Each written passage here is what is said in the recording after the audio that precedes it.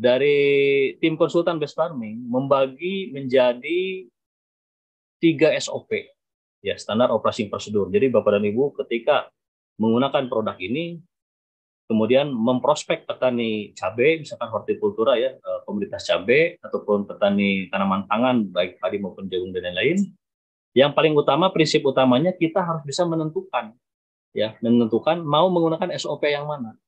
Karena di sini sudah ada 4 produsen, ya, 4 produsen yang memang memproduksi produk-produk terbaik ini. Yang pertama, Eco Farming Original, tetap kita membuat SOP-nya berdiri sendiri, tidak boleh ada tambahan ataupun tidak boleh dikombinasi dengan produk yang lainnya. Contoh, Eco Farming Original ini anggap semua produk belum ada, ya, masih tunggal, belum ada diversifikasi produk. Maka kunci keberhasilan aplikasi Eco Farming ini adalah yang pertama, ketersediaan organik di lahan itulah faktor penentu keberhasilan dalam budidaya pertanian dan perkebunan. Ya. Nah, Eco Farming Original ini yang paling utama ketersediaan bahan organik di lahan. Makanya banyak pertanyaan mitra, apa bisa nggak Eco Farming ini? Ya, Eco Farming ini kita gunakan dosisnya 2 kali lipat, tapi tanpa ada penambahan pupuk dari luar.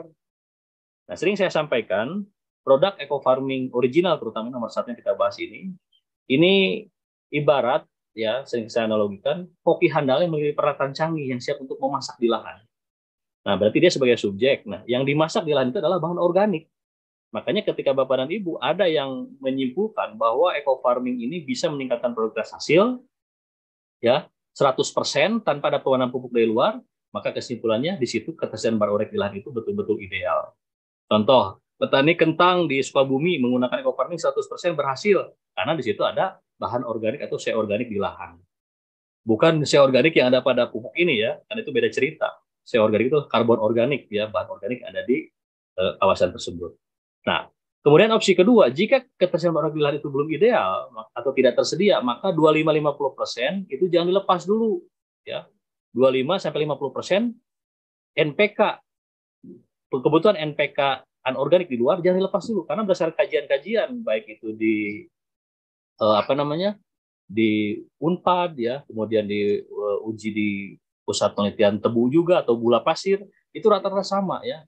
25-50% itu digunakan dulu di tahap pertama karena memang lahan pertanian di Indonesia ini sudah terbiasa menggunakan NPK anorganik, ya. Nah, setelah itu jika ingin didampingi dengan penghematan penyakit tanaman, boleh pakai EcoPM Protector, itu pun selisihnya harus ada 2 hari dulu. Jadi misalkan kalau di padi 14, 28, 42, 56. Nah, 2 hari sebelumnya berarti diaplikasikan dulu EcoPM Protector, ya.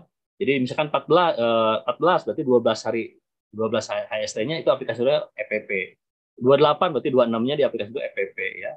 42 berarti 40 HST-nya diaplikasikan EPP. Jadi 2 hari sebelum jadwal Eco Farming Original diaplikasikan dulu EPP sebagai penghematan dan penyakit tanamannya.